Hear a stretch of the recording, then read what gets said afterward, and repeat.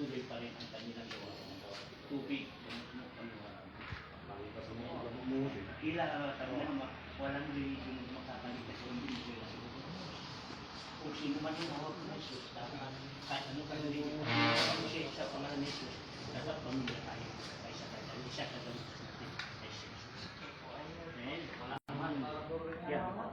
Ako nga, naging ako sa padre. Kahit doktor. Kahit ano man kahit sa tulog ng mundo kaya magagawa. Kasi ako yung tulog.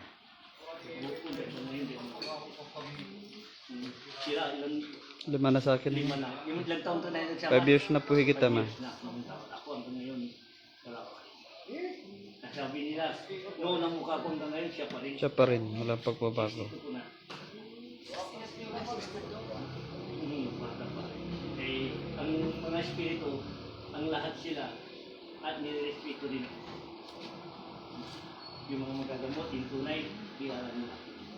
Dapat po talaga maniwala po tayo. Sige, ang sabi ng Diyos, lahat kayo mayroong katuturan.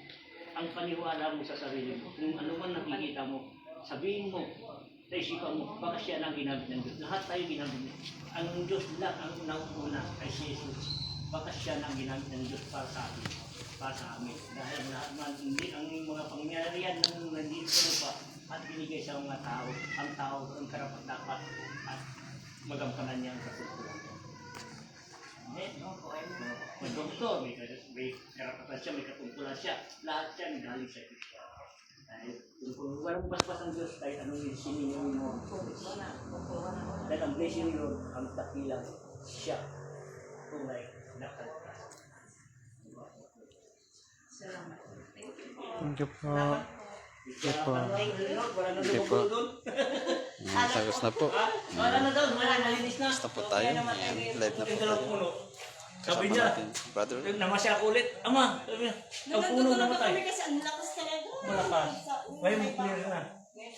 Oo, si Jimmy nga, masaya daw yan. Minsan siguro pag pupunta kami doon, mamama siya, siguro wala na yung mga tumataas. Wala na. Wala na po. Tahimik na. Pumunta ka Linis na sa po. linis na daw. Okay, well, thank you po.